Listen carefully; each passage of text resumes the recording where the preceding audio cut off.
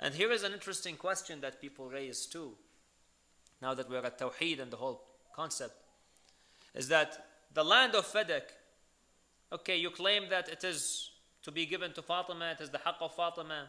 Some people raise the question, why didn't Ali ibn Abi Talib take the land of Fadak back when he became the khalefa of the Muslims?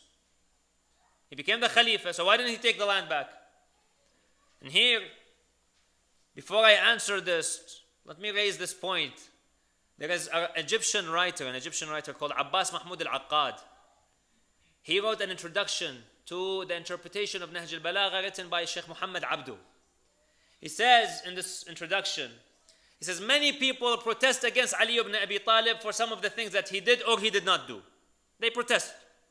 For example, why didn't Ali ibn Abi Talib accept the proposition made to him by Abdurrahman ibn Auf? You know, after the second Khalifa, Abdurrahman ibn Auf came to him and he said, Ya Ali, I will make you the Khalifa if you promise that you will follow the Holy Quran, the tradition of Rasulullah, as well as the two sheikhs before you. He said, no. The Holy Quran, the tradition of Rasulullah, and whatever I see as fit. He repeated a second time, a third time, 3 times. He said, no. He went to the other man. He told him, do you accept? He said, yes, I accept. Shook his hand and he became the Khalifa. And then, when he became the Khalifa, now, did he follow the tradition of the 2 men before him? No. At least the 2 men before him, they came poor and they left poor. No, they came with nothing and they left with nothing. He came, as Amir al-Mu'mineen describes, يَخْضِمُونَ مَالَ اللَّهِ خِضْمَةَ الْإِبْلِ نَبْتَةَ الرَّبِيعِ. The way they were eating the money of the Muslims like the sheep eats the grass. MashaAllah, they came rich and they started getting richer and richer. And we see this happening, MashaAllah, in this day and age by his students. I guess people really studied his history. And not only studied it, but also are applying it as well, MashaAllah. You know, they all get A+ for this. So, that man, why didn't he do this? Why didn't Ali ibn Abi Talib say, yes, okay, I'll do this. And then when he becomes the Khalifa, he'll do whatever he does.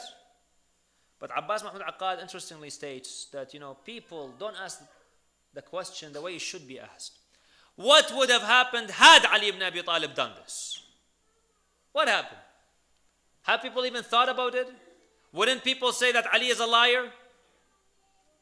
He promises something and then he negates his promise. Then what difference? This makes Ali is a person that who says the end justifies the means. As long as I become the Khalifa, it doesn't matter. But that's not Ali ibn Abi Talib salamullahi alayhi. That's what people who don't understand Ali ibn Abi Talib. The same thing here. Why didn't Ali take the land of Fadak back? First of all, the land of Fadak, by that time, did it belong to the Muslims? No. By that time, the third Khalifa had given it to Marwan ibn al-Hakam. So the land was not in the Muslims' control anymore. It was controlled by a man. It was his land now. Marwan ibn al-Hakam. Now Marwan ibn al-Hakam, was he an obedient follower of Ahlul Bayt alayhim salam? Had Amir al-Mu'mineen, let's ask the question, had Amir al-Mu'mineen told Marwan, give us the land of Fadak back. Now what would have happened? 2 cases. 1, he would have said, Tfaddal, ahlan wa sahlan, have it please, on a silver platter, or golden platter in fact. Take it all, it's all yours, it's your haqq. That's one scenario, which is highly unlikely. Why? Because 1, Marwan disliked Ali ibn Abi Talib. At the very least, disliked him. How do we know this? He was one of the people fighting against Ali ibn Abi Talib in the Battle of Jamal. He was one of the people who came in the Battle of Jamal to fight against Ali ibn Abi Talib. Marwan is one of the people who took a stick and started beating the head of Imam Hussein salamullahi alayhi. So, Marwan is well known. We don't want to get into the history of Marwan now. But his history is well known. And he was from Bani Umayyah. So with Muawiyah ibn Abi Sufyan, he was together. So he disliked Ali ibn Abi Talib.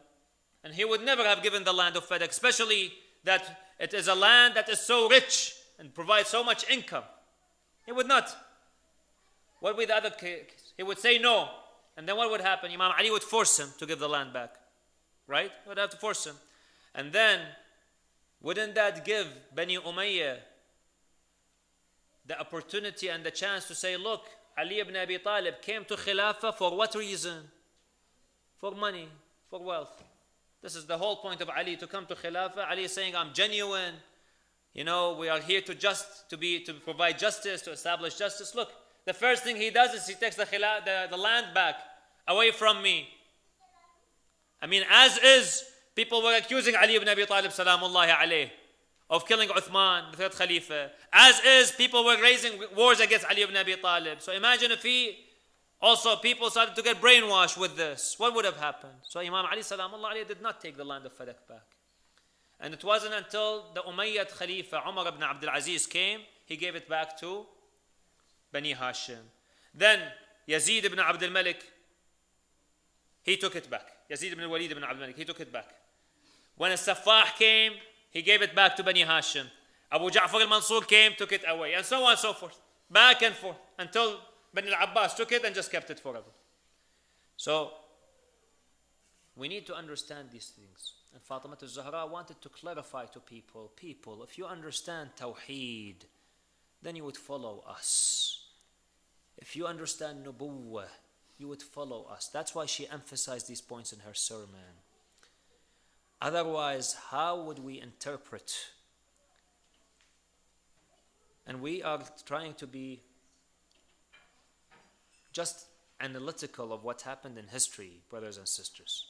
Because some people tell us that why are you touching upon these points, especially in this day and age where we need to have Islamic unity and a Muslim unity. We say yes, we go for the Islamic unity. We want to have one ummah. And that's what we strive to have. But in order to have one ummah, we also have to understand and respect our differences. We have some differences.